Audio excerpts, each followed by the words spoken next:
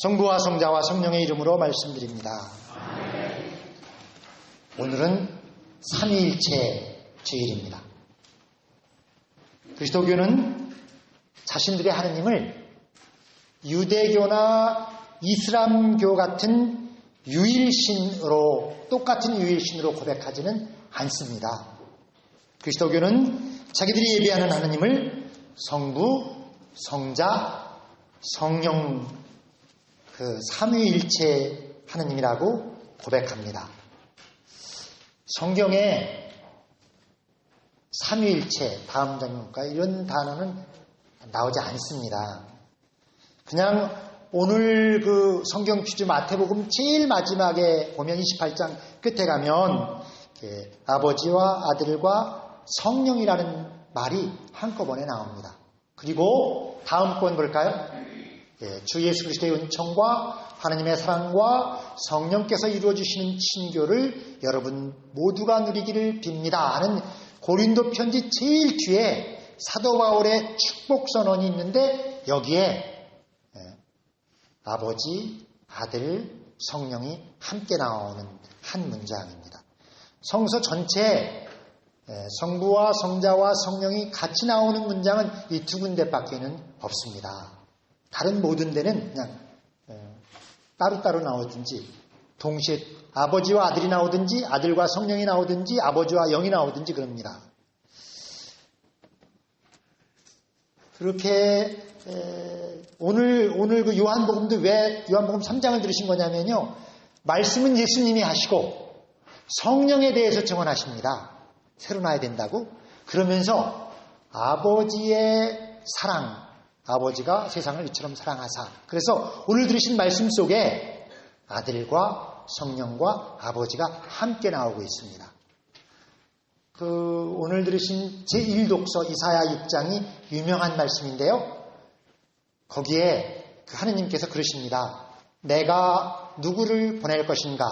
누가 우리를 대신하여 갈 것인가? 이렇게 우리를 대신하여 이 우리가 하나님께서 복수로 쓰고 계시니까 이미 구약 안에서 하나님께서 당신 스스로를 이렇게 성부, 성자, 성령의 복수로 말씀하신 것 아니겠느냐. 이게 성수학자들의 제일 구약에서 찾고 있는 삼위일체의 가장 중요한 근거입니다. 지난주에도 그런 말씀을 드렸지만 승천주일에 말씀드렸나요? 그 사람들이 물었어요. 부활하신 예수님 어디 계시냐? 교회와 신자들이 대답하기는 하늘로 올라가셔서 하느님 오른편에 앉아 계신다. 그 말은 실제로는 굉장히 비유적인, 은유적인 설명이에요. 그리고 이스라엘 사람들은 그런 고백을 시편에 보면 여러 번 합니다. 삼위일체로는 그렇게 예수님을 선포했더니 들은 사람들이 다시 그렇게 물어봤어요. 그러면 하느님의 아들 예수님과 그 아버지 하느님은 어떤 관계냐? 아주 간단하게 말하면요. 아버지와 아들 중에 누가 더 높은 거냐? 누가 제1의 신이냐? 사람들은 그렇게 복잡하게 물어보지 않습니다. 그냥 간단하게 물어봅니다. 누가 제일 높은 신입니까? 왜냐하면 그리스도교가 예수님을 전하면서 주 예수 그리스도라고 전했어요. 주님, 퀴리오스라고 전했는데 유대인들은 그때까지 오직 구약 성서에 나오는 하느님께만 주님이라고 불렀습니다. 유대인들이 다시 물었어요. 그러면 누가 진짜 주냐? 그 아버지와 아들 중에 누가 진짜 주냐? 하늘에 두 태양이 없듯이 주가 두 분일 수는 없다. 삼위일체로는 처음에는 정말로 지금 우리가 생각하듯이 이렇게 사변적이고 관념적인 그런 이론은 아니었습니다. 초대교회는 삼위일체론에 자신들의 운명을 걸었어요. 삼위일체를 포기하는 건 그리스도의 진리를 포기하는 거라고 생각했습니다. 그래서 지금처럼 사람들이 한가하게 이론적으로 논쟁하고 그것이 옳으냐 그러냐를 따지고 그러는 정도의 문제가 아니었습니다. 목숨을 걸고 삼위일체 신비를 지키려고 노력했습니다. 오늘날은 그런 정도로 심각하게 삼위일체론을 공부하지도 않고 추구하지도 않습니다. 그리스도교와 신자들은 300년 동안 끈질기게 이 삼위일체 신앙을 지키려고 노력했고 나중에 이 삼위일체 신앙이 그리스도교의 가장 기본적인 신앙 고백이 됐습니다. 다음 번 볼까요?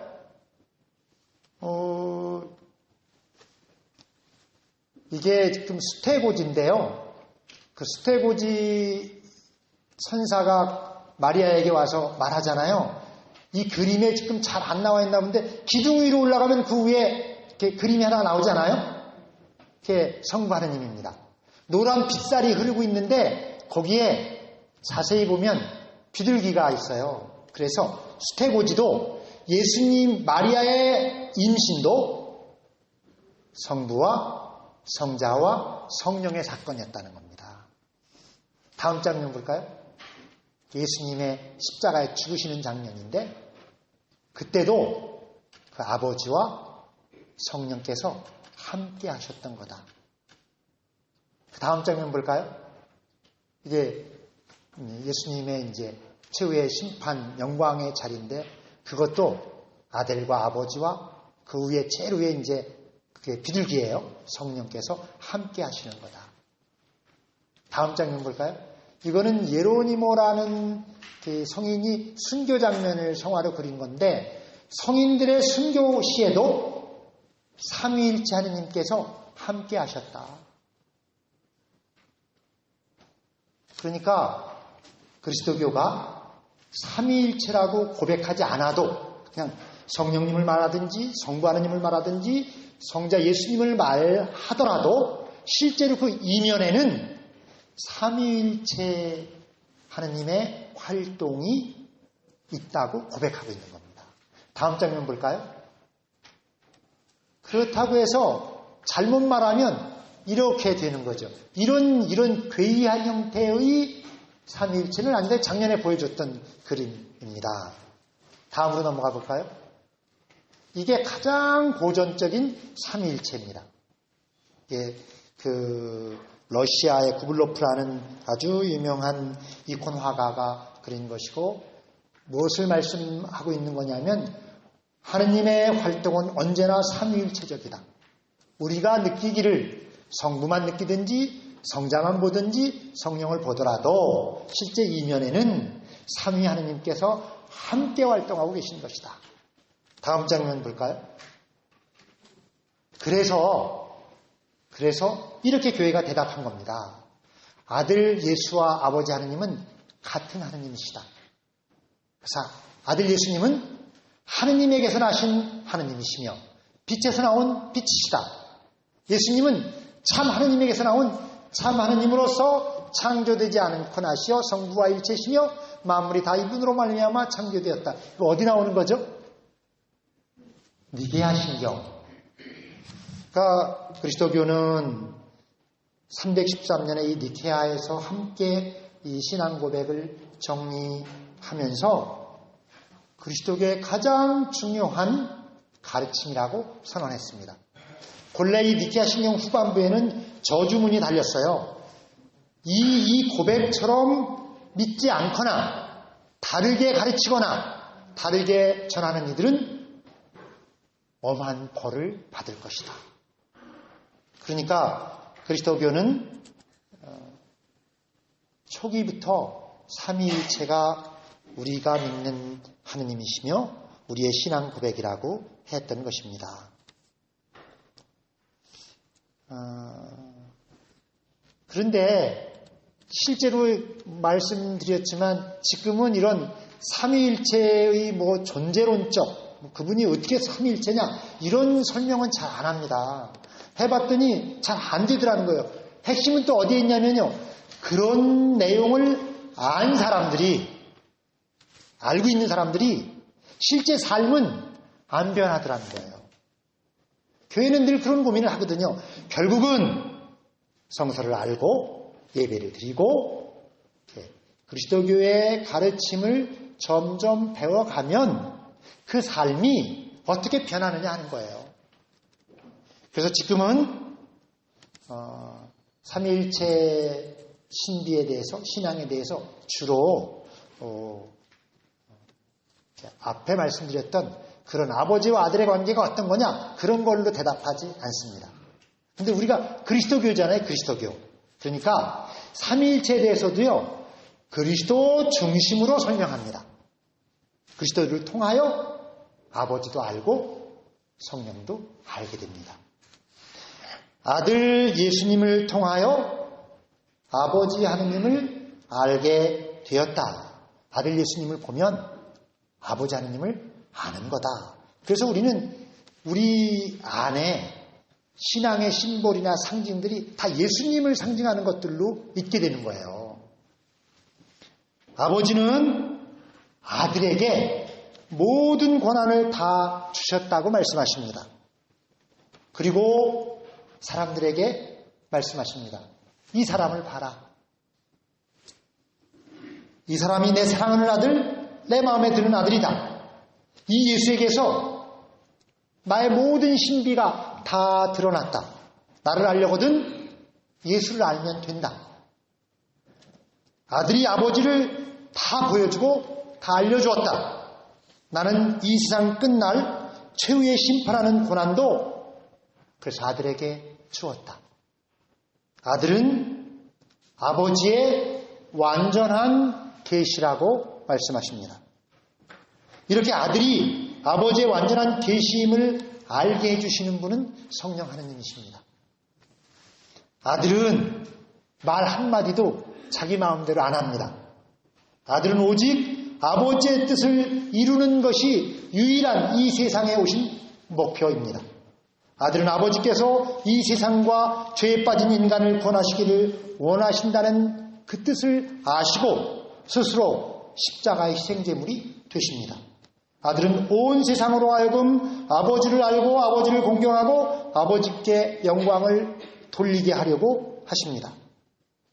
성령께서는 이런 아버지와 아들이 서로의 마음을 알게 하십니다.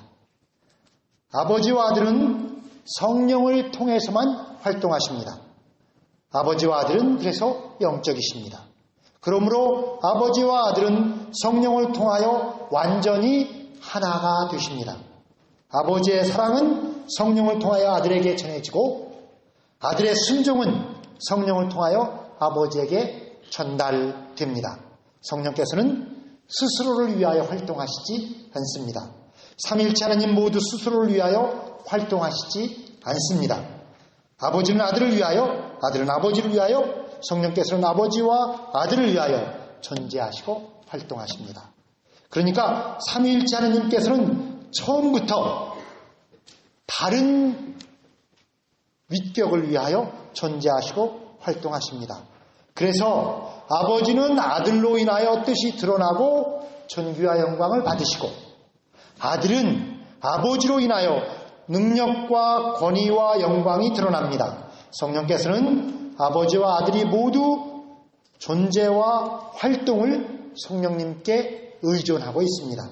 그래서 성령께서는 성부와 성자와 더불어 같은 경배와 영광을 받으신다고 고백합니다. 이렇게 삼위일체 하느님은 각각 독립된 하느님이시며 동시에 서로가 서로에게 의존하십니다. 삼위일체 하느님께서는 각각 다른 위를 위해 존재하시고 활동하십니다. 자기 자신을 위해서는 존재하지 않으십니다. 자기 자신은 없습니다. 이렇게 하는 것이 진정한 생명의 길이기 때문입니다. 여기에 참 생명의 진리가 담겨 있습니다. 우리는 지금 그런 하느님께 기도합니다. 우리는 지금 그런 주님께 경배를 드립니다. 우리는 지금 그런 성령님을 찬양합니다. 그러므로 우리들도 그렇게 살아야 한다는 말씀입니다. 자기 자신을 위하여 살지 않고 하느님의 나라와 하느님께서 의롭게 여기시는 것을 위하여 살고자 합니다. 자기 욕심, 자기 주장, 자기 계획, 자기 의견을 멈추고 다른 이들의 말을 듣습니다. 다른 이들의 마음을 헤아립니다. 다른 이들의 생각도 그럴 수 있다고 받아들입니다. 삼일째 하느님께서 서로가 서로에게 의존하고 연결된 것처럼 우리들도 각각 서로가 서로에게 얼마나 많이 의존하고 있는지 돌아봅니다. 부모는 자식에게 인생의 가장 중요한 가치를 두고 자식은 부모의 생각과 습관과 병까지 이어받으며 아내는 남편에게, 남편은 아내에게, 형은 아우에게, 아우는 형에게 서로가 서로를 의존하고 있으며 연결되어 있다는 말씀입니다.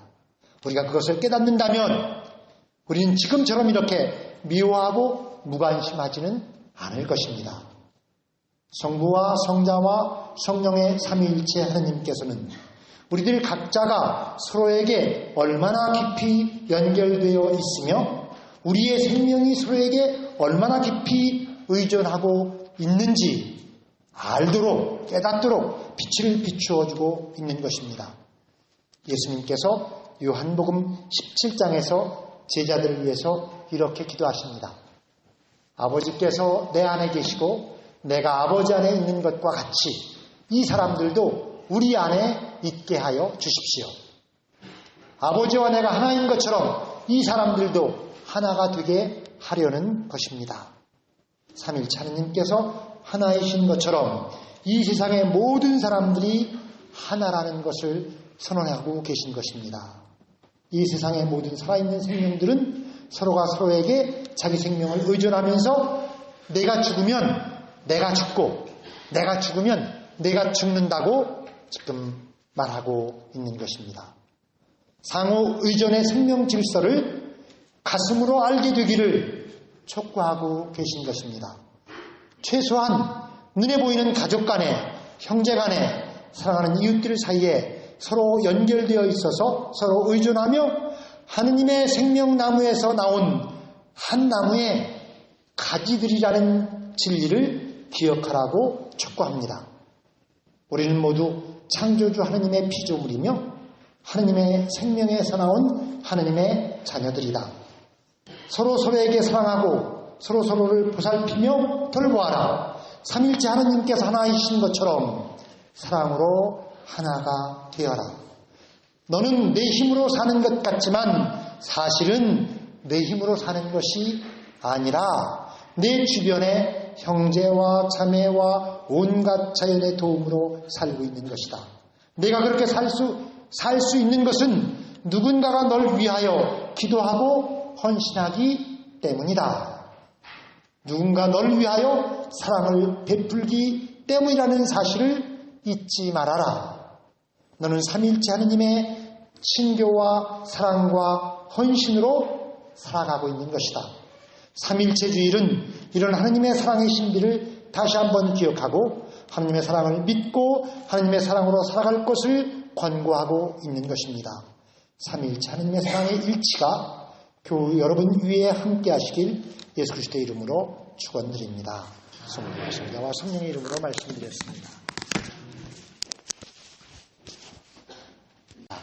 성부와 성자와 성령의 이름으로 말씀드립니다.